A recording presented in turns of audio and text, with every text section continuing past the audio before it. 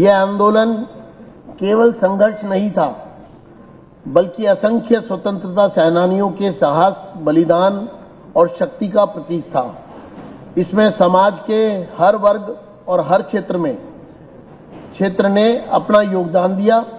आज इस अवसर पर हम सब इस सदन में उन सभी स्वतंत्रता सेनानियों, अमर बलिदानियों तथा ज्ञात और अज्ञात वीरों को अपनी श्रद्धांजलि अर्पित करते हैं, जिन्होंने हमें आज़ादी दिलाने के लिए अपनी जान तक न्योछावर कर दी। मैं सभी से अपील करता हूं कि हम सब आज़ादी की कीमत को समझें और अपने कर्तव्य का पालन करें। यही स्वतंत्रता। एक मिनट प्रवेश जी, एक मिनट। मैं सभी से अपील करता हूं कि हम सब आज़ादी की कीमत को समझें और अपने कर्तव्य का पालन करें। यही स्वतंत्रता सेनानियों को सच्ची श्रद्धांजलि होगी, जिन्होंने देश के लिए अपनी जान की बाजी लगा दी। मैं सभी शहीदों और स्वतंत्रता सेनानियों को नमन करता हूं, जिनके बलिदान के कारण आज हम आजाद भारत में सांस ले रहे हैं। भारत माता की जय। वंदे वंदे भारत माता की।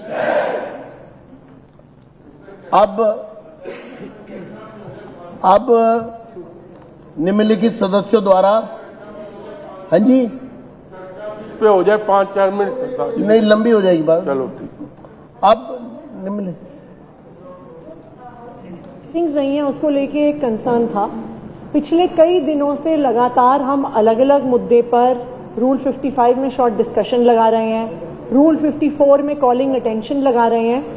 वो एलओबी में आ भी नहीं रहा और आपकी तरफ से कोई रूलिंग भी नहीं आ रही। रूलिंग नहीं आती है, उसमें जो आता है मैंने झुग्गी के जो झुग्गियां तोड़ी जा रही हैं, मैंने आपका मैडम देखिए, आप ना फिर बिना आप फिर कहेंगे आप बैठ जाइए, अभी बैठिए, आपको बैठना पड़ेगा। अब आपको मौका मिलेगा। अभी आपका 280 लगा हुआ है, उसमें बोलिएगा आप। मैं श्रीमती पूनम शर्मा से कहूंगा वो शुरू करें। करिए आप, चलिए शुरू करिए मैडम। इतना महत्वपूर्ण है, मेंबर्स को बोलना है 280 पे। आपने भी 280 लगाया हुआ है। अभी आपको मौका मिलेगा 5 मिनट के बाद। आप बोलिए जी, डिस्टर्ब ना करिए, कार्रवाई को चलने दे। आदरणीय अध्यक्ष महोदय जी, कार्रवाई को चलने दे। शुरू करें पूनम जी। आदरणीय अध्यक्ष महोदय जी, मैं आज इस सदन का ध्यान वजीरपुर विधानसभा क्षेत्र मैं देखिए सदन की गरिमा को बना के रखे। मेरा सबसे करबद्ध प्रार्थना है, कार्रवाई प्रारंभ हो चुकी है, सदस्य बोल रहे हैं, आप उनको सुनिए। शुरू करिए, आप शुरू करिए। आदरणीय अध्यक्ष जी, बैठिए बैठिए बैठिए बैठिए बैठिए बैठिए आप बैठिए। आपको शायद संसदीय परंपराओं का पता नहीं है। बैठ जाइए आप। जो एलओबी में होता है वो आ जाता है, बाकी कोई ऐसा कोई विषय नहीं है जो आप बोल रहे हो। बैठ जाइए आप, बोलिए। आदरणीय अध्यक्ष जी, मैं आज इस सदन का ध्यान वजीरपुर विधानसभा क्षेत्र की वजीरपुर जेजे कॉलोनी और पुनर्वास वासियों की एक गंभीर समस्या की ओर आपका ध्यान आकर्षित करना चाहती हूँ।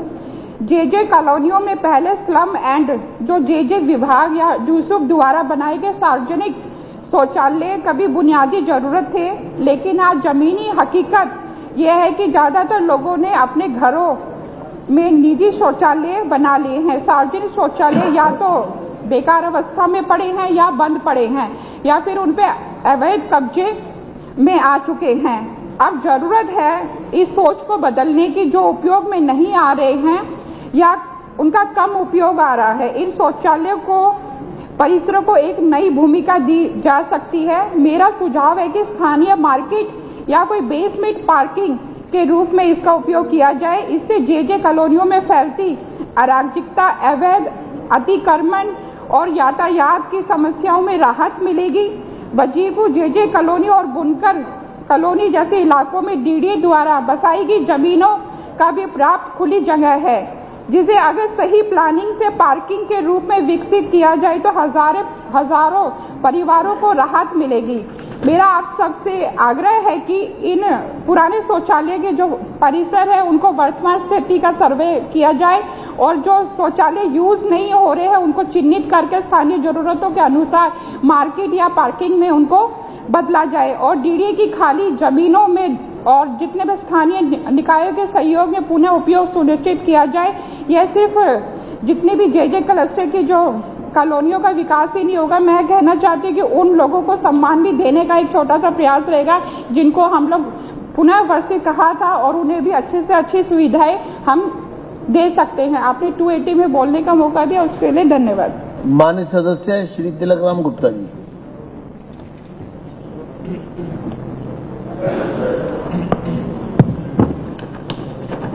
आदरणीय अध्यक्ष महोदय जी, मैं आपके माध्यम से श्रीनगर विधानसभा क्षेत्र के हजारों झुग्गी वासियों की ओर से एक अत्यंत महत्वपूर्ण विषय की ओर ध्यान आकर्षित करना चाहता हूं। हाल ही में Haryana power house Indira colony की झुग्गी बस्तियों को तोड़ने के आदेश जारी किए गए थे। ऐसे कठिन समय में हमारी लोकप्रिय मुख्यमंत्री बहन श्रीमती रेखा गुप्ता जी ने माननीय सुविधाओं के दर्शाते हुए तत्काल हस्तक्षेप कर कार्रवाई को रुकवाया। इस सराहनीय कार्य के लिए श्रीनगर विधानसभा के समस्त निवासी की ओर से मुख्यमंत्री जी का हार्दिक आभार और धन्यवाद प्रकट करता हूं। माननीय अध्यक्ष महोदय, मेरा निवेदन है कि श्रीनगर क्षेत्र की झुग्गियों बस्तियों में वर्षों से मूलभूत सुविधाओं की ओर अनदेखी हो रही है। चाहे बात हो साफ सफाई की, गंदे पानी की निकासी की, सार्वजनिक शौचालयों की उपलब्धता की या नियमित कचरा प्रबंध की, हर जगह केवल खाना पूर्ति की जा रही है। डूसुप द्वारा जो भी कार्य योजनाएं चलाई जा रही हैं उनका जमीनी स्तर पर कोई प्रभावी कार्य नहीं हो रहा है। जो भी फंड डूसुप के माध्यम से झुग्गी सुधार के आवंटित किया जाता है उनका उपयोग बिल्कुल भी नाम मात्र के रूप में किया जा रहा है। इसके कारण झुग्गी वासियों की जनजीवन अत्यंत कष्टदायक हो गया है।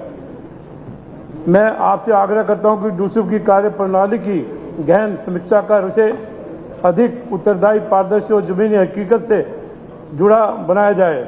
साथ ही श्रीनगर विधानसभा क्षेत्र की झुग्गी बस्तियां बुनियादी सुविधाएं उपलब्ध कराने हेतु शीघ्र ठोस कार्य करवाए जाए।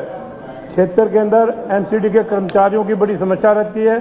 कोई भी झुग्गी झोपड़ी के अंदर सफाई कर्मचारी नहीं होते हैं। इसी तरह हमारे क्षेत्र के अंदर जल बोर्ड की और पानी की, सीवरों की इतनी भारी समस्या है। माननीय मंत्री महोदय से आग्रह करूंगा अगर सीवरों के पानी की समस्या के लिए हमारी विधानसभा के ऊपर ध्यान दिया जाए। मैं आपसे निवेदन है कि इस विषय को गंभीरता से लेते हुए यथाशीघ्र सख्त से सख्त कार्रवाई करने की कृपा करें। धन्यवाद। माननीय सदस्य, माननीय नेता विपक्ष सुश्री आतिश जी। धन्यवाद अध्यक्ष महोदय। मैं आपके माध्यम से जल मंत्री का ध्यान आकर्षित करना चाहूंगी। अपनी विधानसभा क्षेत्र के गोविंदपुरी नामक इलाके में इस साल हुई गंभीर पानी की समस्या को लेकर मैं 2020 से कालकाजी विधानसभा में विधायक हूं। लास्ट ईयर तो दिल्ली में बहुत ज़बरदस्त हीट वेव भी आई, 50-52 डिग्री तक टेम्परेचर गया, पानी की बहुत डिमांड बढ़ी। लेकिन इस साल जब इतनी गर्मी भी नहीं पड़ी, गोविंदपुरी इलाके में भारी तौर पर पानी की समस्या हुई है। पिछले 6 दिन से, अब तो गर्मी का मौसम भी चला गया, बरसात का मौसम आ गया है, गोविंदपुरी क्षेत्र में सीलाल चौक यूजीआर से पानी आता है। ऐसी क्या पानी की कमी है कि यूजीआर में लगातार कम पानी आ रहा है। दूसरी ओर इस इलाके में बहुत सारी ऐसी गलियां हैं जहां पे बोरवेल का पानी जाता है। इस साल एक समस्या वहां पे खड़ी हो गई है कि लगातार हो रहे पावर कट्स की वजह से जो ऑटोमेटिक मोटर्स लगी हुई हैं, जब पावर कट हो जाता है उसका फेज चेंज हो जाता है। तो जब मोटर ऑन होनी होती है तो वो खुद ऑन नहीं होती है। कई घंटों बाद जब पानी की सप्लाई पहुंचनी होती है तब पता चलता है कि पानी पहुंचा नहीं। मैंने जल बोर्ड से भी इस मुद्दे को कई बार उठाया, लेकिन उन्होंने कहा है कि बोरवेल्स पे फेज चेक करने के लिए उनके पास कोई भी स्टाफ नहीं है। तो मैं आपके माध्यम से जल मंत्री का ध्यान आकर्षित करना चाहूंगी कि गोविंदपुरी इलाके के खासकर गली नंबर 5, 6, 7, 8 और 13 में जो पानी की गंभीर कमी हो रही है उस पर जरूर संज्ञान लें। धन्यवाद। माननीय सदस्य श्री अभय वर्मा जी। अध्यक्ष जी, मैं अपना 280 वापस ले रहा हूं। ठीक है। माननीय सदस्य श्री आले मोहम्मद इकबाल।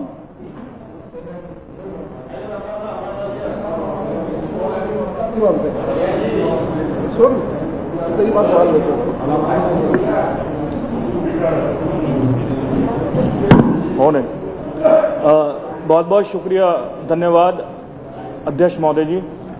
अध्यक्ष जी, गंभीर मुद्दा यह है, एक बुनियादी मुद्दा जो दिल्ली की आम जनता और गरीब से जुड़ा हुआ मुद्दा है। हमारे और भी साथियों ने इस मुद्दे को उठाया था, वो है राशन का मुद्दा, राशन कार्ड का मुद्दा। माननीय मंत्री जी से भी मैं गुजारिश करूंगा, सिरसा साहब से, और मुख्यमंत्री जी से भी गुजारिश करूंगा। अध्यक्ष जी, ये मुद्दा फिर से मैं आज दूसरा मुद्दा ऐसा है जो आपस में बात ना करें। मेरी विधानसभा के साथ साथ पूरी दिल्ली का मुद्दा है कि आज आम आदमी को, गरीब को जो नया राशन कार्ड बनवाना है, अभय जी, तो जो नया राशन कार्ड बनवाना चाहता है गरीब आदमी, उस नए राशन कार्ड के अंदर उसको एक एक साल की वेटिंग लगती है, और नाम ऐड कराने के अंदर भी सीट पे बैठिए, 6 महीने टोकना पड़ेगा बार बार, अच्छा नहीं लगेगा आप माननीय सदस्यों को। हाँ जी, शुरू करिए। अध्यक्ष जी, नया राशन कार्ड बनवाना और नए राशन कार्ड के साथ साथ जो पुराना राशन कार्ड होता है, किसी को अपना नाम ऐड कराना है, सालों 6-6 महीने की वेटिंग लगती है और आम इंसान और गरीब परेशान हो रहा है। मेरी गुजारिश रहेगी माननीय मंत्री महोदय से, मुख्यमंत्री जी से, कि सरकार इस पे एक अहम फैसला ले कि जो इंसान नया राशन कार्ड बनवाता है उसको राशन कार्ड के अंदर एक टाइम बाउंड हो कि 40 दिन में या महज 2 महीने के अंदर नया राशन कार्ड आम इंसान का बन जाए।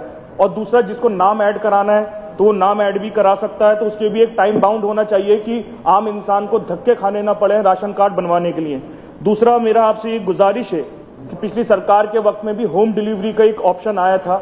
मेरी गुजारिश रहेगी कि सरकार भी होम डिलीवरी से एक आसानी रहेगी कि राशन, बहुत से इंसान अपनी इज्जत के खातिर राशन की दुकानों पे लाइन पे नहीं लग सकता, वो गरीब आदमी, वो चाहता है कि उसको वो राशन लाइन में लग के दुकान पे उसकी होम डिलीवरी हो जाए। और जो उसी क्षेत्र के नौजवान लड़के हैं, जैसे फ्लिपकार्ट, अमेजोन ने भी एक नौकरियां दी हैं होम डिलीवरी की, तो सरकार उन नए लड़कों को, युवा लड़कों को रोजगार दे। मेरी आपसे गुजारिश रहेगी कि युवाओं को देगी, होम डिलीवरी होगी तो इंसान को आसानी होती है। 3 किलो गेहूं, 2 किलो चावल दिया जाता है, मैं समझता हूं ये कम है, क्योंकि सरकार, केंद्र सरकार से भी मदद ले सकती है। दिल्ली सरकार मिलकर 5 किलो चावल और 5 किलो गेहूं एक आम इंसान को और गरीब को राशन की दुकान से मिलना चाहिए। मेरी ये गुजारिश सरकार से रहेगी और मैं समझता हूं इससे पूरी दिल्ली को भरपूर फायदा होगा और एक जॉब क्रिएट होगी। अध्यक्ष जी, बहुत से हमारे पास महिला ऐसी आती हैं कि शर्म के मारे दुकानों पे लाइन पे नहीं लग सकती 3 किलो गेहूं, 2 किलो चावल के लिए, तो लंबी लंबी कतार होती है, लाइन होती है। अगर होम डिलीवरी हो जाए तो इससे सरकार, ये बहुत एक ऐतिहासिक फैसला होगा कि होम डिलीवरी होगी और उसी क्षेत्र के, उसी विधानसभा के युवाओं को एक रोजगार भी मिलेगा और ये राशन उनके घरों तक पहुंच भी सकता है। सरकार पे ज्यादा बजट पर लोड नहीं आएगा। साथ में मैं अध्यक्ष महोदय, मैं आपके माध्यम से सरकार को ये भी कहना चाहता हूं कि जो नया राशन कार्ड और पुराना राशन कार्ड है, इसका एक टाइम बाउंड बनाया जाए और साथ साथ राशन कार्ड बनवाने के लिए बिजली का बिल मांगा जाता है। बहुत से लोगों के पास बिजली का बिल नहीं होता, एफिडेविट लिया जाए और एफिडेविट के कगार पर राशन कार्ड बनाने में मदद की जाए। साथ में मेरी गुजारिश रहेगी, जो 5 किलो गेहूं और 5 किलो चावल सरकार दे, क्योंकि मैं समझता हूं कि सरकार अगर ये काम करती है तो ये एक ऐतिहासिक फैसला होगा। पिछली सरकार ने, हम लोगों ने काफी होम डिलीवरी को लेकर लोगों की मदद काफी करी थी। मैं उम्मीद करता हूं कि ये सरकार भी उसी तरीके से फैसले ले, क्योंकि इसके लिए मैं समझता हूं कि आप एक 4 इंजन की सरकार है अध्यक्ष जी। शासन भी आपका है, प्रशासन भी आपका है, राशन भी आपका है, आश्वासन भी आपका है। धन्यवाद। मैं उम्मीद करता हूं कि इससे पूरी समझ में आ गया। माननीय सदस्य डॉक्टर अनिल गोयल। धन्यवाद अध्यक्ष जी, मुझे आपने रूल 280 में बोलने के लिए अनुमति दी। मैं आपके माध्यम से दिल्ली सरकार की माननीय मुख्यमंत्री महोदया का ध्यान गीता कॉलोनी, झील, आजाद नगर, दिल्ली की लगभग 190 कॉलोनियों के रजिस्ट्री दस्तावेजों के पंजीकरण न होने की समस्या की तरफ ध्यान दिलाना चाहता हूं। अध्यक्ष जी, पिछले कुछ सालों से इन क्षेत्रों की गीता कॉलोनी, झील, आजाद नगर 190 कॉलोनी जिसमें 60 लाख लोगों की रजिस्ट्री है, वो बंद है, बेहद परेशान है। ये ऐसा मुद्दा है, कृष्णा नगर क्षेत्र का ही नहीं, दिल्ली का है। हजारों नागरिकों को पिछले 3 साल से परेशान कर रखा है। यह वो भूमि है जो दिल्ली सुधार ट्रस्ट ने 1950 में पश्चिमी पाकिस्तान से आए प्रवासियों को 99 वर्षों के लिए लीज होल्ड के लिए आवंटित की थी। और पहले संबंधित विभाग द्वारा 100 गज भूमि की फ्री होल्ड करने की अनुमति दी जा रही थी और रजिस्ट्री हो रही थी। लेकिन 3 साल पहले ministry of housing and urban affairs के लैंड एंड डेवलपमेंट ऑफिस पत्र संख्या नंबर जो मेरे इसमें दिया है प्रेजेंटेशन में के आदेश अनुसार रोक दी गई, जिसके कारण लगभग 190 ऐसी कॉलोनियों में पारिवारिक विभाजन के बाद परिणाम स्वरूप कुछ कानूनी उत्तराधिकारी को 50 वर्ग हो गया, 25 गज हो गया, 4th जनरेशन आ गई, उनके वो निर्माण नहीं कर पा रहे, बेच नहीं पा रहे, बच्चों की शादियां नहीं कर पा रहे, ऋण नहीं दे पा रहे और उनको अत्यंत मुसीबत। और ये एक लोअर मिडिल क्लास, वो मिडिल क्लास परिवार हैं जिनके कारण जिनको ये समस्या हो गई है। मेरा ये आग्रह है कि तुरंत रजिस्ट्री दस्तावेजों का पंजीकरण जल्द शुरू करवाने के लिए संबंधित अधिकारियों से इस लोकहित के मामले में ध्यान दें। ये मैं एक जरूर ये रेफरेंस भी देना चाहता हूँ। इस रजिस्ट्री के लिए government of India ministry of housing urban affairs land and development office ने लिखा कि लिस्ट जी माफी चाहूंगा जी लिस्ट जैसी जो लिस्ट है कुछ ऐसा डिफॉल्ट हो सकता है, कुछ जो प्रॉपर्टीज हैं उनमें कुछ डिफॉल्ट हो सकती है, वो लैंड एंड डेवलपमेंट के वेबसाइट ई धरती पोर्टल पे हैं, तो उनको छोड़कर बाकी सबकी रजिस्ट्री तुरंत चालू की जाए। और ये इन्होंने ऑर्डर दिया है लैंड एंड डेवलपमेंट ऑफिसर ने कि जो प्रॉपर्टी बुक है उसको छोड़कर सब रजिस्ट्री की जाए और उसकी मैकेनिज्म में भी device through Delhi online registration information system that is Doris in sub-registrar office Delhi so that automatic information reaches L&D after an agreement to sale is registered for mutation in L&D records to bring the lease or owner on record। तो इसलिए it is only a technical and administrative issue, इसको तुरंत solve करके लाखों लोगों की घर की रजिस्ट्री, उनके मकानों की रजिस्ट्री को शुरू किया जाए। ये वो लोग हैं जो पाकिस्तान से विस्थापित होकर दिल्ली आए। बहुत बहुत धन्यवाद। माननीय सदस्य श्री प्रद्युमन सिंह राजपूत। अध्यक्ष महोदय, आपने बोलने का समय दिया, आपका धन्यवाद। माननीय स्वास्थ्य मंत्री जी बैठे हैं, ये विषय माइक प्रद्युमन जी का माइक खोल दीजिए। नहीं कोई आप आपके ऑटोमेटिक खुलता है वो। आपके ध्यान में मैं लाना चाहूंगा माननीय स्वास्थ्य मंत्री जी। अध्यक्ष जी, दिल्ली में बड़ी संख्या में प्राइवेट हॉस्पिटल, नर्सिंग होम्स हैं, इनकी संख्या हजारों में है। इनके कार्य करने के लिए इनमें बड़ी संख्या में नर्सिंग स्टाफ की बहुत आवश्यकता रहती है। दिल्ली में nursing home act 1977, Delhi act 1999 का नंबर 3 के अनुसार सूचीबद्ध है। अध्यक्ष जी, ऐसा देखने में आया है दिल्ली में रजिस्टर्ड नर्सिस बड़ी संख्या में विदेश में नौकरी करने चली जा रही हैं। नर्सिंग की ऐसी बड़ी समस्या दिल्ली के प्राइवेट हॉस्पिटल में काम करती हैं तो दिक्कतें आती हैं उनको। जो दिल्ली नर्सिंग काउंसिल में रजिस्टर्ड नहीं है उसका एक बड़ा कारण यह है कि वह दिल्ली एक्ट के तहत दिल्ली में रजिस्टर्ड होती हैं, तो उनके अपने होम स्टेट का जो रजिस्ट्रेशन है वो कैंसिल हो जाता है, जिससे वह अपने राज्य की सरकारी नौकरी के लिए अप्लाई भी नहीं कर सकती हैं। इस कारण वह दिल्ली में अपना रजिस्ट्रेशन नहीं कराती हैं। अध्यक्ष जी, इसके कारण स्वास्थ्य सेवाओं का प्रमाणिक डाटा भी प्राप्त नहीं हो पाता और स्वास्थ्य के क्षेत्र में भविष्य की योजनाओं पर भी विपरीत असर पड़ता है। अध्यक्ष जी, इस विषय पर मैं आपके माध्यम से माननीय स्वास्थ्य मंत्री जी को अनुरोध करना चाहता हूं, दिल्ली नर्सिंग काउंसिल में एक प्रावधान किया जाए, ऐसी नर्सिस का एक टेम्परेरी रजिस्ट्रेशन हो, अस्थायी रजिस्ट्रेशन हो, जिससे उनके होम स्टेट की रजिस्ट्रेशन भी कैंसिल ना हो और दिल्ली में भी रजिस्टर्ड हो सके। उसका लाभ यह होगा कि दिल्ली के जो हॉस्पिटल हैं और जो नर्सिंग होम हैं, जो नर्सिंग स्टाफ की किल्लत महसूस करते हैं, उससे भी उनको छुटकारा मिलेगा। आपने मुझे बोलने का समय दिया, आपका बहुत बहुत धन्यवाद। माननीय सदस्य श्री पवन शर्मा जी। आदरणीय अध्यक्ष जी, आपको बोलने का समय देने के लिए आपका धन्यवाद है। मैं पीडब्ल्यूडी मिनिस्टर की ओर अपना ध्यान आकर्षित करना चाहता हूं। द्वारका मोड़ का जो हमारा उत्तम नगर टर्मिनल से लेकर द्वारका मोड़ का जो सारा यातायात का जो संबंध है, उसमें कुल मिलाकर संपूर्ण जो क्षेत्र है उसमें 1 महीने में जीवन रेखा से जुड़ा हुआ है। हजारों की संख्या में गाड़ियां वहां जाती हैं, लेकिन रेहड़ी पटरी से लेकर और संपूर्ण चीज़ें वहां पर इस प्रकार से उस रास्ते को रोकने के लिए बाध्य करती हैं, जिसके कारण से सामान्य लोगों को आने जाने का लिए बहुत कठिन रास्तों से सामना करना पड़ता है। उसी के ऊपर 2-3 हॉस्पिटल हैं, उनकी एम्बुलेंस जब आती है तो उनको कितने भी सायरन बजाते रहो, उनको रास्ता मिलता नहीं। कोई ना कोई अगर बीमार ऐसा होता है जिसको उपचार की तुरंत जरूरत रहती है, उनको उस रास्ते से पार करना बड़ा मुश्किल होता है। इसी रास्ते से जो स्कूल का जो समय होता है, उसी रास्ते से बच्चों की बसें जाती हैं। उन बच्चों की जो बसें जाती हैं, उनके कारण से बच्चों को इतनी तकलीफ होती है आने में और जाने में भी। कई बार जब छोटे बच्चे होते हैं, वो 1.5 घंटा से लेकर 1 घंटा तक का समय उनको उस रास्ते को पार करने में लग जाता है। वो बिलखते हैं, रोते हैं, लेकिन रास्ता न मिलने के कारण से उसी रास्ते से उनको जाना पड़ता है। मैं पीडब्ल्यू मिनिस्टर से यह निवेदन करना चाहता हूं कि वो इस प्रकार की व्यवस्था करने का कायम करें, ताकि वहां पुलिस की व्यवस्था हो और वहां पर जो ट्रैफिक है, जिस ट्रैफिक से रास्ते पर आने जाने के जो वाहन हैं वो गुजरते हैं, उनको किसी प्रकार से बाधा ना डाली जाए।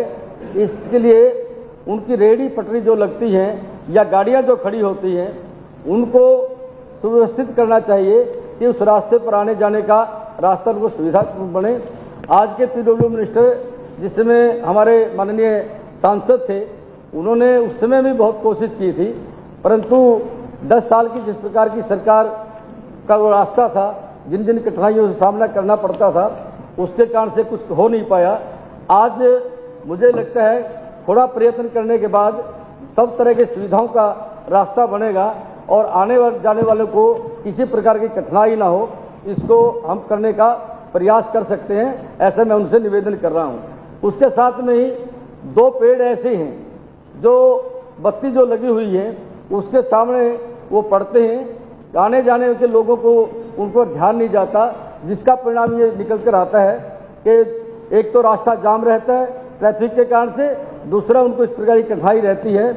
उन पेड़ों को भी कहीं ना कहीं निकलवा कर दूसरी जगह पर लेकर जाया जाए, ऐसा मैं माननीय पीडब्ल्यूडी मिनिस्टर से निवेदन कर रहा हूं और आपने मुझे बोलने का समय दिया। आपका बहुत बहुत धन्यवाद। माननीय सदस्य श्री कुलदीप कुमार। धन्यवाद अध्यक्ष जी। अध्यक्ष जी, आज मैं आपके समक्ष यहाँ पर एक बड़ा महत्वपूर्ण मुद्दा, दिल्ली की महिलाओं की सुरक्षा और रोजगार से जुड़ा मुद्दा रखना चाहता हूँ।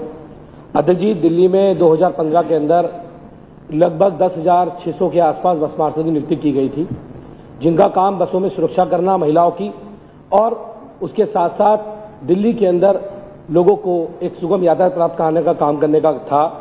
लेकिन अध्यक्ष जी, 2015 से वो लोग काम कर रहे थे और आज से 1.5 वर्ष पूर्व अध्यक्ष जी आपको भी पूरी तरह से ज्ञात है कि उनको बिना किसी सूचना के, बिना किसी नोटिस के उन 10,600 बस मार्शल को वहां से निकाल दिया गया।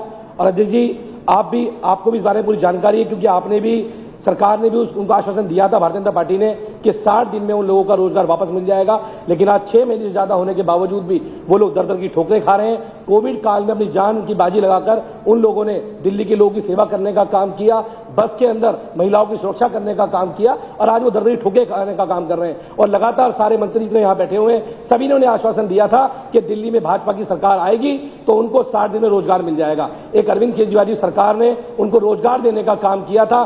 दूसरी तरफ आपकी सरकार आने के 6 महीने बाद भी उनको रोजगार नहीं मिला। तो मेरा आपसे निवेदन है अध्यक्ष जी कि उनको रोजगार देने का काम किया जाए। वो लोग आज अपनी 2 वक्त की रोटी के लिए दर दर की ठोकर खाने का काम कर रहे हैं। कभी मुख्यमंत्री जी के घर पे जाते हैं, कभी आपके यहाँ आते हैं, मंत्रियों के यहाँ जाते हैं तो पुलिस बुलाकर उनको बाहर निकाल दिया जाता है। तो मेरा आपसे निवेदन है। दूसरा अध्यक्ष जी, डीटीसी के कर्मचारी, पहली बार ऐसा हो रहा है कि आज मेरे ख्याल से 8 तारीख है, लेकिन सैलरी नहीं मिली अध्यक्ष जी। पूरा हो गया विषय आपका, फिर दोबारा लगाइएगा आप 280, उस विषय पर भी बात करेंगे।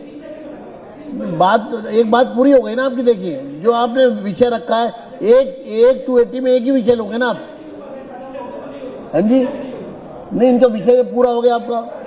अब माननीय सदस्य श्रीमती नीलम पहलवान जी नहीं लिखे, वो एक आपने एक ही मुद्दा लिखा था, वो इसमें मैंने पढ़ लिया है, मैंने पढ़ लिया है। बैठिए। नीलम जी माननीय सदस्य श्री कुलवंत राणा जी, आपने जो मुद्दा लिखा है, मैंने पूरा समय दिया आपको मैंने। आप अगर एक ही 280 में 3 मुद्दे उठाएंगे तो कैसे बनेगी बात? आपने एक मुद्दा नहीं, कोई अलाउड नहीं है। माननीय सदस्यगण, 280 का अर्थ है कि एक विषय चुन ले किसी एक मुद्दे का। हाँ अब बैठ जा, अध्यक्ष जी कह रहे बैठ जा, बैठ जा, अध्यक्ष जी कह रहे, अध्यक्ष जी कह रहे बैठ जा। शुरू करिए कुलवंत जी। अध्यक्ष जी धन्यवाद। मैं आपका ध्यान दिल्ली के ट्रैफिक व्यवस्था की ओर दिलाना चाहता हूं। दिल्ली में सड़कों पर बहुत ट्रैफिक है। 12 वर्षों में सड़क पर ट्रैफिक कम कैसे हो, सड़कों पर ट्रैफिक से इस पर कोई काम नहीं हुआ। तो दिल्ली में आप भी सड़कों पर जाते हो कहीं भी तो ट्रैफिक जाम के शिकार होते हो। कहीं भी कोई ऑटो वाला सड़क पर ऑटो चला रहा है, कहीं पर रिक्शा चला रहा है, तो लेन निर्धारण नहीं है दिल्ली में। दिल्ली के ट्रैफिक में सड़कों पर लेन का निर्धारण हो तो ट्रैफिक मूवमेंट इजी हो जाएगी, ऐसा मेरा कहना। दूसरा अध्यक्ष जी, दिल्ली में कार पार्किंग का बहुत बड़ा भाव है, बहुत कम पार्किंग है। तो आवासीय क्षेत्रों में एक ही मुद्दा उठाइए जो आपने लिखा है। नहीं, मैं ट्रैफिक पे बोल रहा हूँ जी, मैं जाम पे बोल रहा हूँ। ये इसका हिस्सा है। मैडम आतिशी आप बीच में बोल रही हो। अरे ट्रैफिक, अरे कार पार्किंग का ट्रैफिक मैं अभी देखिए ऐसा है, ये एक सेकंड, आपने जो विषय रखा है सामने यहाँ, वो 11वीं में 12वीं कक्षा के पढ़ना विज्ञान और वाणिज्य है। ये शिक्षा का मुद्दा आपका। हाँ, शिक्षा आपका जो मुद्दा है वो मैं पढ़ दूं माध्यम से। माननीय शिक्षा मंत्री रिठाला विधानसभा क्षेत्र के स्कूलों तथा यहाँ के आसपास के स्कूलों में विज्ञापन और वाणिज्य विषय बहुत कम स्कूलों में है, इसलिए छात्रों को आर्ट्स विषय के साथ 11वीं और 12वीं कक्षा में पढ़ना पड़ता है। ये आप पढ़ दीजिए।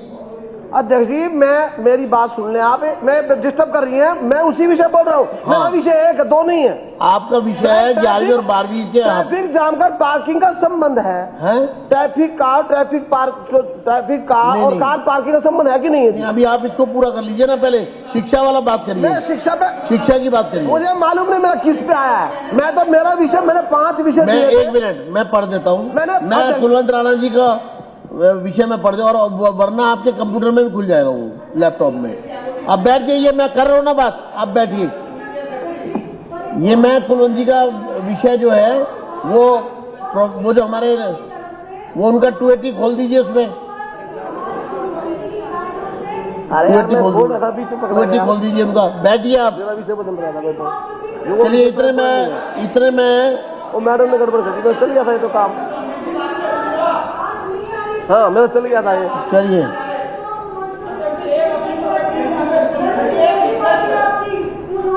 अब माननीय सदस्य श्री इमरान हुसैन जी, मैं आपको दोबारा बुलवाता हूँ कुलवंत जी। इमरान हुसैन जी,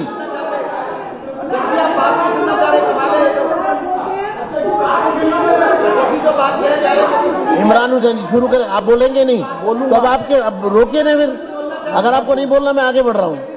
अगर वो 3 दिन से मुझसे रिक्वेस्ट कर रहे थे, आज उनका ड्रॉ आ गया है, आप अपने पूर्व मंत्री को नहीं बोलने दे रहे। अध्यक्ष महोदय, सबसे पहले आपका बहुत बहुत धन्यवाद। आपने मुझे 280 के तहत बोलने का मौका दिया। मैं आपको इनके बाद आपको बुलवा दूंगा। अध्यक्ष महोदय, कोई बात नहीं, ये अगर व्यवस्था ठीक करने के लिए, ये एक बड़ा महत्वपूर्ण विषय है जो मेरी विधानसभा से रिलेटेड है, बल्ली मारान विधानसभा से। मैं शिक्षा मंत्री जी और माननीय मुख्यमंत्री जी का ध्यान इस ओर दिलाना चाहता हूं। माननीय मुख्यमंत्री जी से महिलाओं को और बच्चियों को बड़ी उम्मीदें हैं। मेरी विधानसभा में एक स्कूल है, चश्मा बिल्डिंग स्कूल, जिसका आईडी नंबर है 2127-025। ये स्कूल 1952 से वहां चल रहा है और सन 2000 के अंदर अचानक कुछ लोग आते हैं निकल के और शिक्षा विभाग में दावा करते हैं उसके मालिकाना हक का, और उसके कुछ दिन बाद शिक्षा विभाग उन्हें उसका मालिक मान लेता है।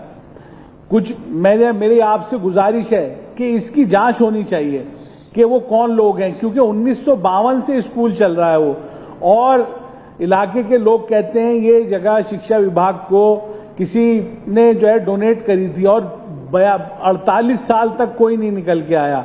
और वहां बच्चियां शिक्षा ले रही हैं। और अभी अप्रैल के महीने के अंदर एक वो ऑर्डर लेके आए कि अगर 6 महीने तक एजुकेशन डिपार्टमेंट ने इस पे संज्ञान नहीं लिया और अपील में नहीं गया तो वो उसको खाली करा सकते हैं। मेरी माननीय मुख्यमंत्री जी से, माननीय शिक्षा मंत्री जी से और सभी से आपके माध्यम से गुजारिश है कि अपील में भी जाएं और ये संज्ञान लें कि कौन अधिकारी हैं शिक्षा विभाग के जो ऐसे माफियाओं से मिले हुए हैं जो स्कूल की शिक्षा विभाग की जगहों पे कब्जा करना चाहते हैं। उनका पे सख्त से सख्त कार्रवाई होनी चाहिए और शिक्षा विभाग की जो संपत्ति है, जो जमीन है, इसको बचाने का काम करें।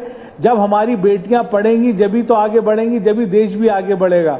तो मेरी आपसे मौतबाना गुजारिश है, यहाँ परवेश वर्मा जी भी बैठे हैं और सारे ही मंत्री बैठे हैं और क्योंकि अभी 3 मंत्री बैठे हैं तो मेरा ये मैसेज आप जरूर पहुंचाएं और आप लोग भी संज्ञान लें इस पे। और ये तो मेरी विधानसभा का इशू है, अगर और किसी विधानसभा में भी इस तरह के माफिया जो है शिक्षा विभाग की जमीन हो या किसी भी विभाग की जमीन हो और उसको इस तरह अधिकारियों के साथ मिलकर हड़पना चाहें तो उन पर सख्त से सख्त कार्रवाई करें और शिक्षा विभाग की जमीन को बचाने का काम करें।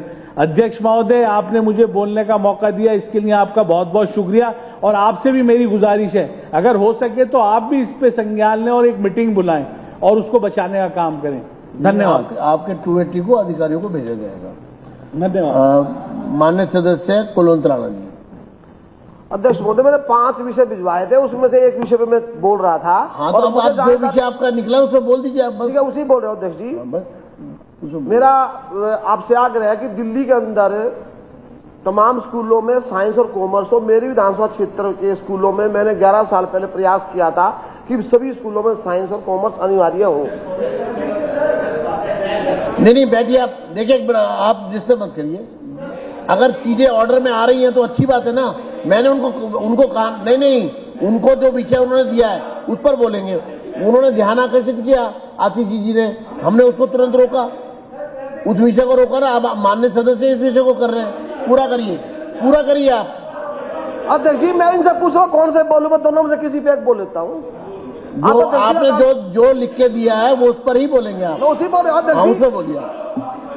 नहीं वो अध्यक्ष जी का मामला मैं नहीं करूंगा। आप बैठिए। आप अध्यक्ष नहीं हो ना, मैं वो अध्यक्ष हूँ। बैठिए कुलदीप जी, शुरू करिए। तो अध्यक्ष जी, मेरे यहाँ पे जब मैं एमएलए था तो मैंने सभी स्कूलों की बिल्डिंगें बनवा दी थी और उसमें इसको लेकर के विशेष काम किया गया था कि सभी स्कूलों में साइंस भी और कॉमर्स भी हो। लेकिन 11 साल में सभी स्कूलों में साइंस नहीं हो पाई। जब एक बच्चा पढ़ता है, एक स्कूल में जाता है, 10वीं तक वो पहुंचता है तो जैसे घर में उसका मन लगता है ऐसे स्कूल के साथ उसका लगाव हो जाता है।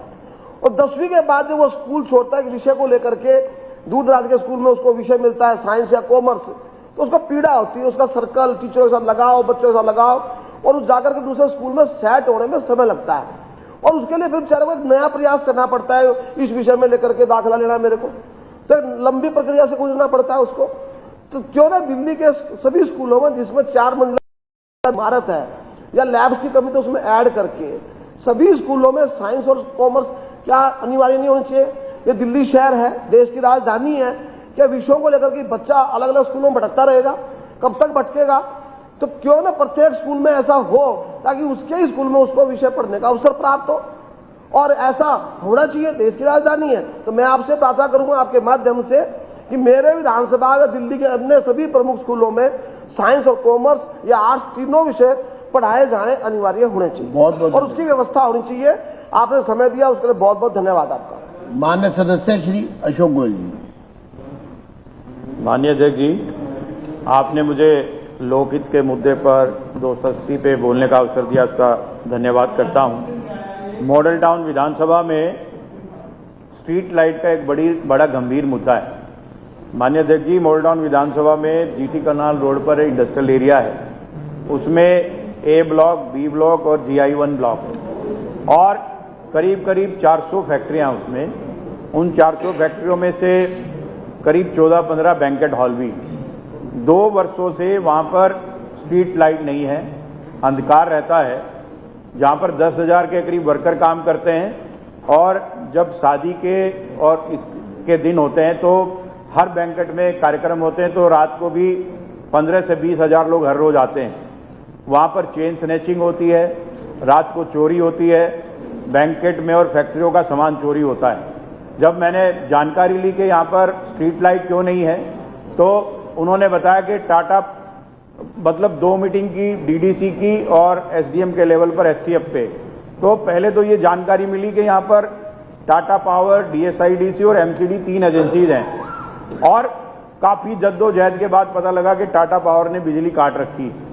और जब जानकारी ली तो क्यों, तो उन्होंने कहा कि बिजली का बिल ना डीएसआईडीसी दे रही है ना एमसीडी दे रही है, और डीएसआईडीसी कहती है कि एमसीडी ने देना है, एमसीडी कह रही है डीएसआईडीसी ने देना है। तो आखिर जनता का क्या कसूर है? अगर बिल देना है तो किसी सरकार की एजेंसी ने देना है, लेकिन जनता सफर कर रही है। इसी तरह से एक सेवा बस्ती है खिलौना वाला बाग, उस खिलौना वाला बाग में भी पिछले 3 महीने से टाटा पावर ने लाइट काट दी है। वो कहते हैं कि हमें बिजली का बिल नहीं मिला, तो डूसिप कहता है कि एमसीडी ने देना है, एमसीडी कह रही है डूसिप ने देना है। तो कुल मिलाकर ये स्थिति इतनी खराब है कि सरकार की किसी एजेंसी ने बिजली का बिल देना है, लेकिन जनता सफर कर रही है। और माननीय अध्यक्ष जी, जो बिजली का स्ट्रीट लाइट का मुद्दा है बड़ा गंभीर है। कहीं पर एमसीडी की स्ट्रीट लाइट है, कहीं पर पीडब्ल्यूडी की स्ट्रीट लाइट है, कहीं पर डूसिप की स्ट्रीट लाइट है, कहीं पर पीडब्ल्यूडी की है, कहीं पर डीडीए की है।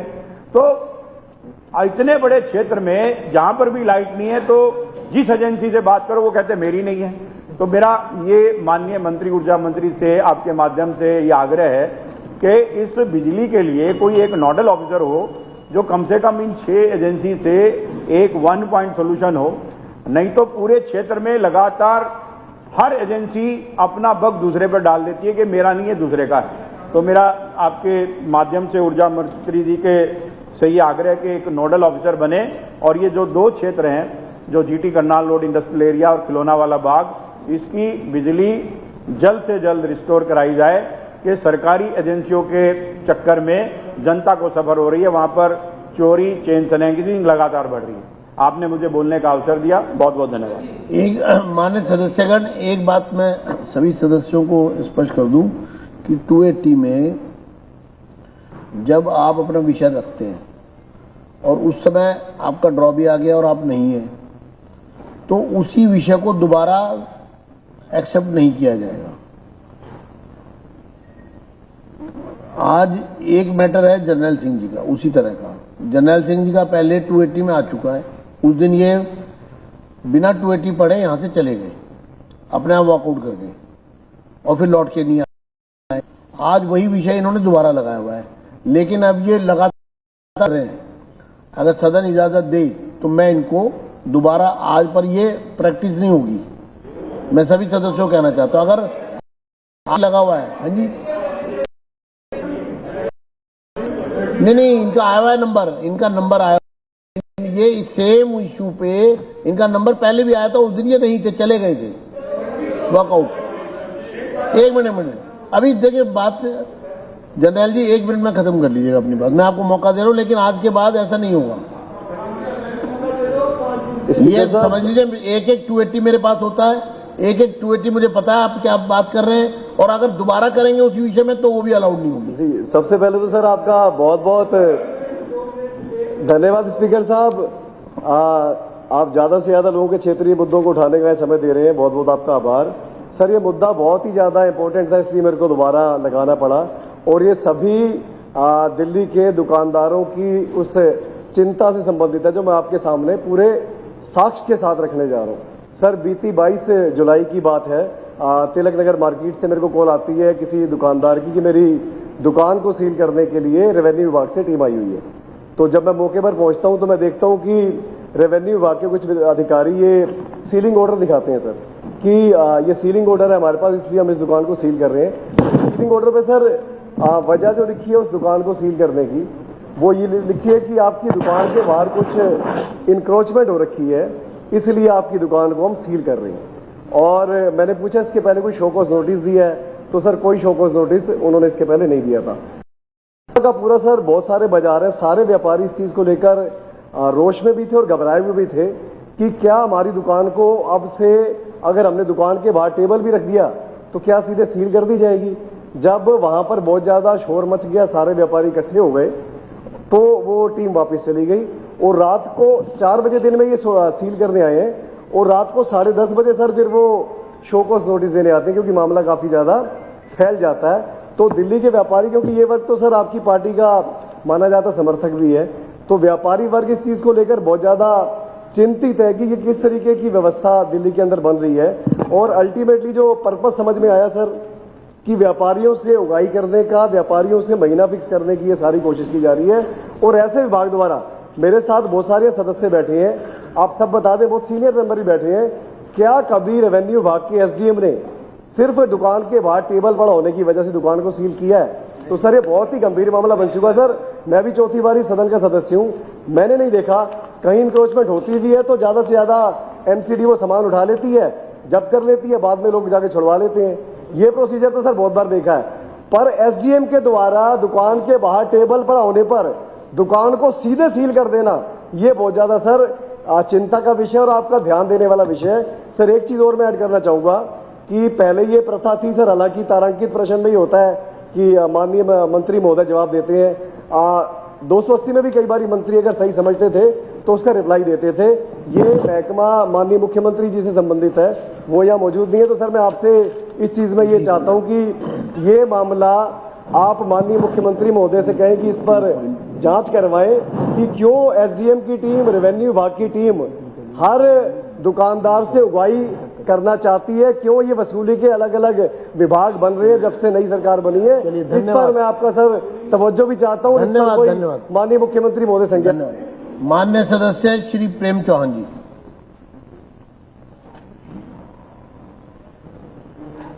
धन्यवाद अध्यक्ष महोदय जी, आपने मुझे 280 पर अपनी बात रखने का मौका दिया। एक गंभीर समस्या है जिसको मैं लगातार जल बोर्ड के अधिकारियों को लेटर लिखकर, उन्हें फोटो देकर, उनको ले जाके विजिट करा के कई बार ऐसा कर चुका हूं, लेकिन जल बोर्ड कोई एक्शन नहीं ले रहा है इस पे।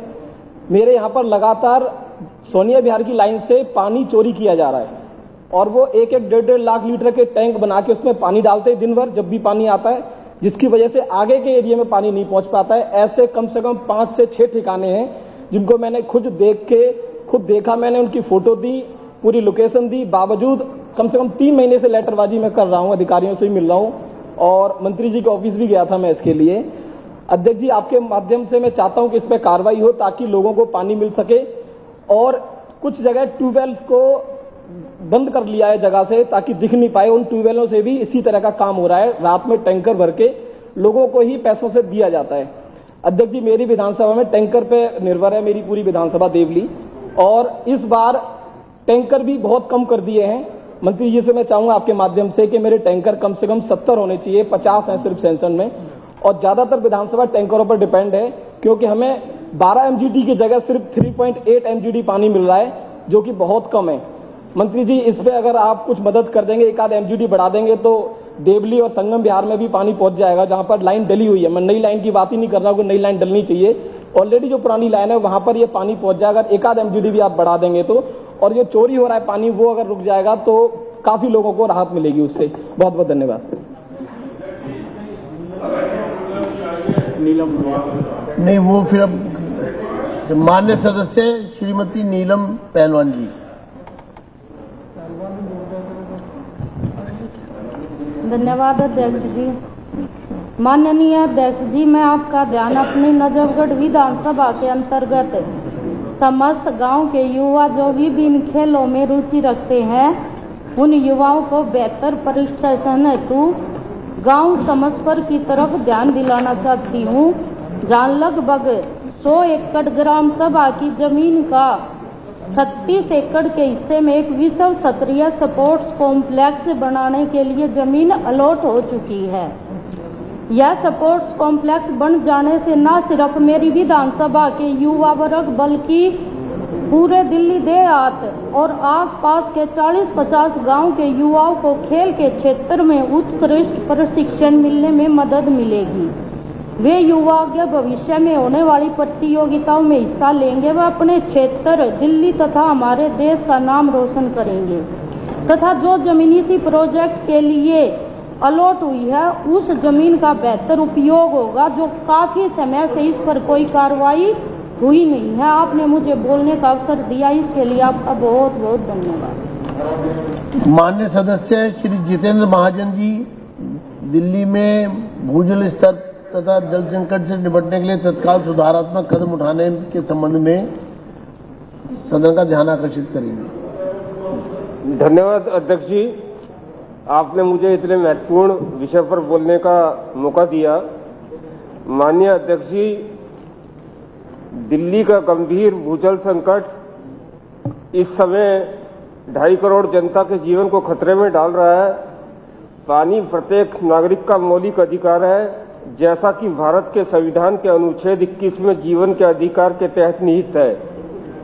लेकिन अगर हमारा ध्यान इस विषय पर नहीं गया तो वो दिन दूर नहीं है कि जिस दिन दिल्ली भी डे जीरो के कगार पर पहुंच जाएगी। यह वह भयावह दिन होगा जब हमारे नल सूख जाएंगे और दिल्ली की जनता पानी के लिए तरस जाएगी। माननीय अध्यक्ष जी, 2024 में दिल्ली जल बोर्ड द्वारा प्रकाशित एनुअल रिपोर्ट और 2019 में नीति आयोग द्वारा प्रकाशित एक रिपोर्ट के अनुसार दिल्ली की जनसंख्या 2 करोड़ 20 लाख है, परंतु जैसे कि एनसीआर में बड़ी मात्रा में लोग रोज दिल्ली में पढ़ने के लिए, काम करने के लिए, व्यवसाय करने के लिए आते हैं, तो दिन के अंदर दिल्ली की जनसंख्या जो है वो लगभग 3 करोड़ के आसपास हो जाती है। यह बात यह दर्शाती है कि पीक आवर्स में दिल्ली जो है वो विश्व की सबसे जनसंख्या ज्यादा संख्या की राजधानी है और दिल्ली के ऊपर पानी का भार जो है वो दिन में और अधिक बढ़ जाता है।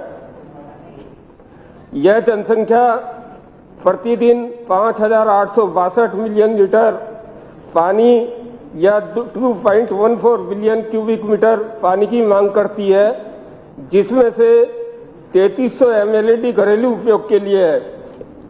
जैसा कि 2019 में Central Public Health and Environment Engineering Organisation द्वारा प्रकाशित manual on water and treatment में प्रति व्यक्ति की आवश्यकता का आधार 135 लीटर पर बताया गया है, लेकिन दिल्ली जल बोर्ड केवल 4,546 MLD पानी की आपूर्ति कर पा रहा है, जिसमें से 3,864 MLD स्थायी जल, 40% जल यमुना से आ रहा है, 25% गंगा जी से आ रहा है, 22% भाखड़ा नंगल बांध से आ रहा है और 614 MLD जल जो है भूजल से आ रहा है और 68 MLD उपचारित अपशिष्ट जल शामिल है। और इसमें भी वितरण की भारी असमानता है। जैसे एनडीएमसी क्षेत्र जहां पर हमारे दूतावास हैं, जहां पर हमारा लुटियन जोन है, वहां पर पानी की आवश्यकता जो है वो अधिक है।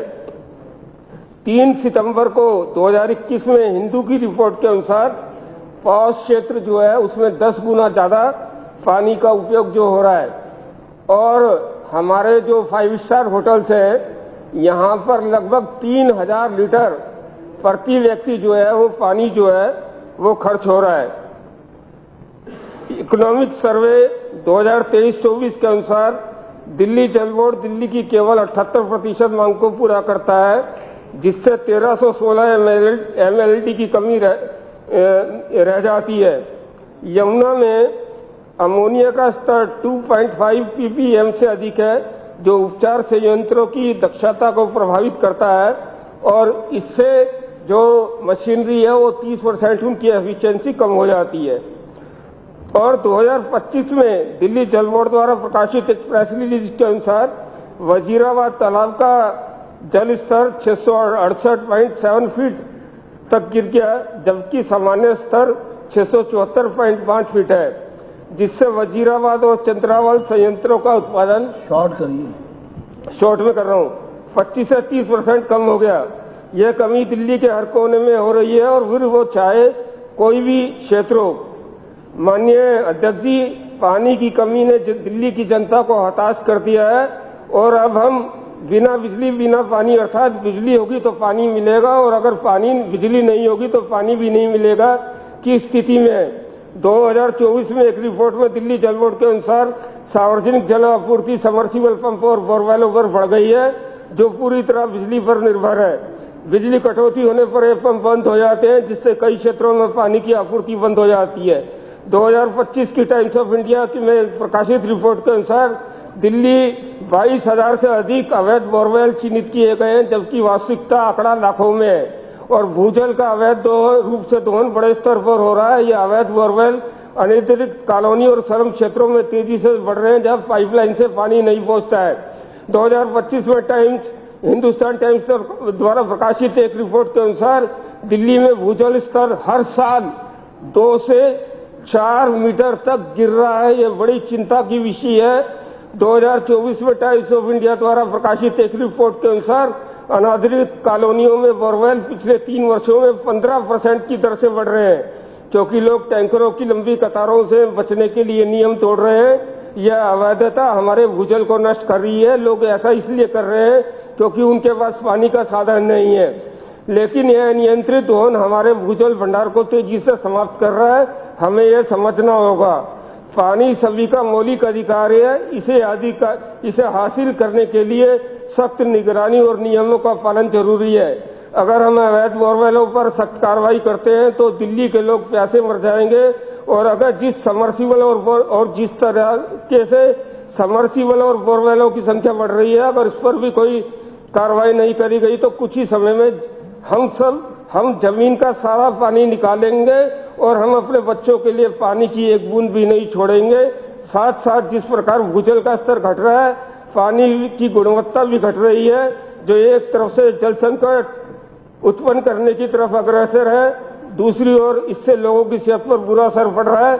अगर इस पर तुरंत कार्रवाई नहीं की गई तो पिछली दिल्ली की स्वास्थ्य व्यवस्था भी चरमाने लग जाएगी। माननीय अध्यक्ष जी, पिछली आपदा सरकार ने दिल्ली के अंदर 11 सालों के अंदर पानी बढ़ाने के लिए कोई प्रयास नहीं किया।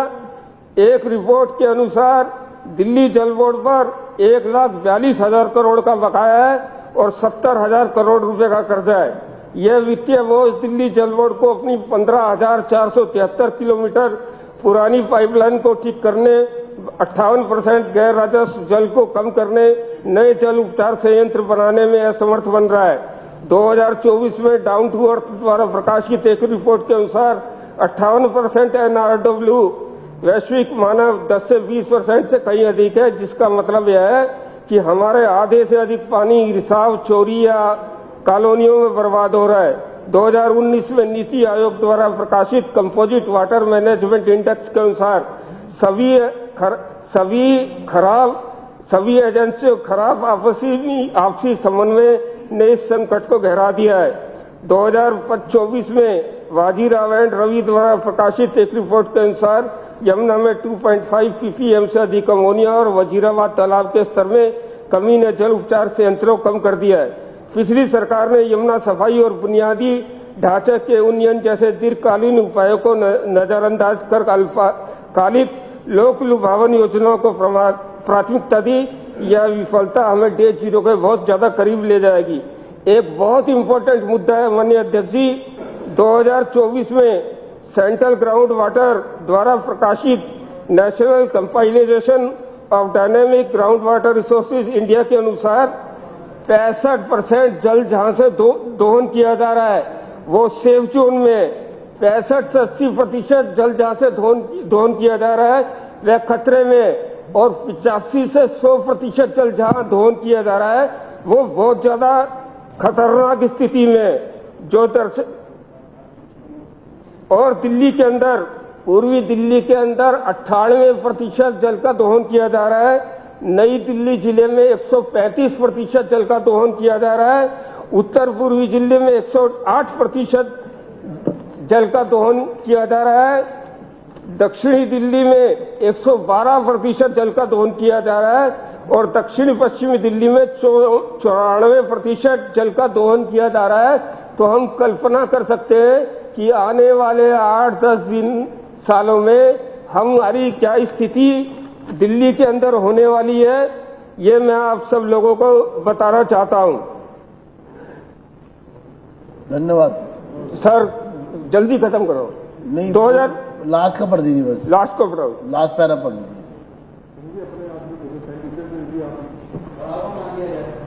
इतना महत्वपूर्ण विषय रखा है आपको, माननीय दोहन का विषय है।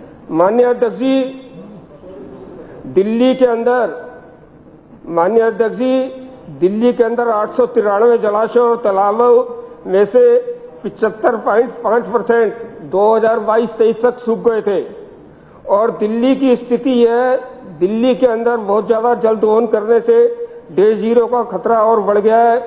माननीय अध्यक्ष जी, यह कोई काल्पनिक खतरा नहीं है।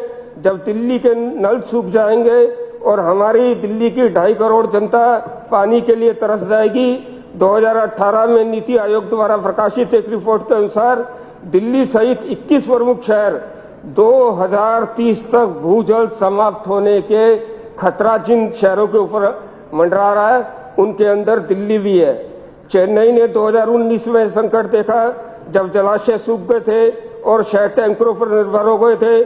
2013 में विकिपीडिया द्वारा प्रकाशित एक आर्टिकल के अनुसार चेन्नई में पानी के लिए हिंसा हुई, जिसमें एक महिला को बोरवेल खोदने के कारण उसकी हत्या कर दी गई।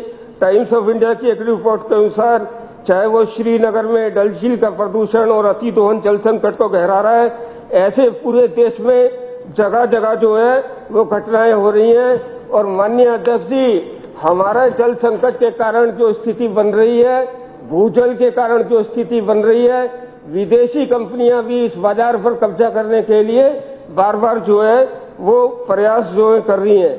मेरा इसमें निवेदन है कि दिल्ली के अंदर जितनी भी एजेंसियां पानी को लेकर काम कर रही हैं, दिल्ली के अंदर उन सब के अंदर कोऑर्डिनेशन होना चाहिए। पिछले 11 वर्षों के अंदर दिल्ली के अंदर रेन वाटर हार्वेस्टिंग सिस्टम लगाने को लेकर कोई काम नहीं किया। मैं माननीय मुख्यमंत्री रेखा गुप्ता जी और अपने जल मंत्री माननीय प्रवेश वर्मा जी को बहुत बहुत बधाई देना चाहूंगा कि इन्होंने नई सरकार बनते ही इसके ऊपर काम करना शुरू किया है। और मुझे जानकर तब भी आश्चर्य हुआ कि हमारी डिस्ट्रिक्ट के अंदर एक भी रेन वाटर हार्वेस्टिंग सिस्टम काम नहीं कर रहा था, जिसके लिए हमारी सरकार ने काम किया है। माननीय अध्यक्ष जी, इस सदन से अपील करता हूं, हम पानी के मौलिक अधिकार को सुनिश्चित करने के लिए यह सभी तत्काल कदम उठाएं।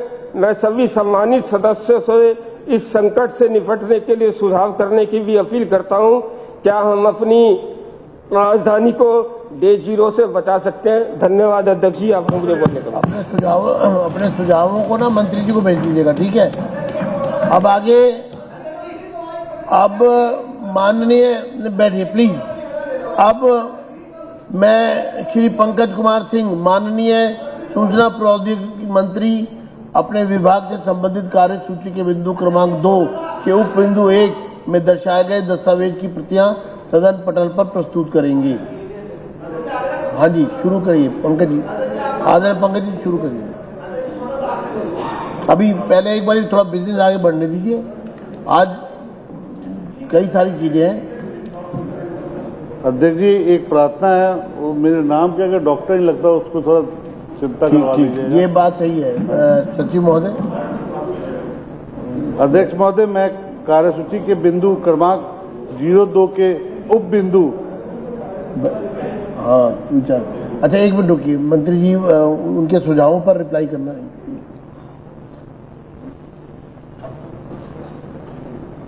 मैं हमारे आदरणीय सदस्य जितेंद्र महाजन जी द्वारा जो पूरे सदन का और दिल्ली का ध्यानाकर्षण उन्होंने पानी के लिए किया है, मैं समझता हूँ ये खाली माननीय सदस्य की नहीं, पूरे सदन की ये चिंता का विषय है। और अभी उन्होंने जैसे एक बात करी कि जो दिल्ली में बोरवेल लगे हुए हैं उनको अभी एनजीटी कोर्ट द्वारा उनको सीलिंग के ऑर्डर किए गए। तो एक तरफ तो आपने भी ये कहा कि इतने सारे बोरवेल लगे हुए हैं, आप उनको बंद ना करें ताकि जल संकट पैदा ना हो। तो हमारी भी ये कोशिश है कि जब तक हम एक एक घर में पानी नहीं पहुंचा देते तब तक ये बोरवेल ये ऐसे ही चलते रहें इसके लिए हमारी सरकार एक सारे बोरवेल के लिए रेगुलराइजेशन के लिए पॉलिसी भी लेकर आ रही है, ताकि हम एकदम से सारे बंद कर देंगे तो जो 11 साल में दिल्ली की हालत हुई, जब तक हम उसको ठीक नहीं कर देते तो अभी तक इनको बंद करना ठीक नहीं है। मगर जो ऐसे ठेकेदार जो इनका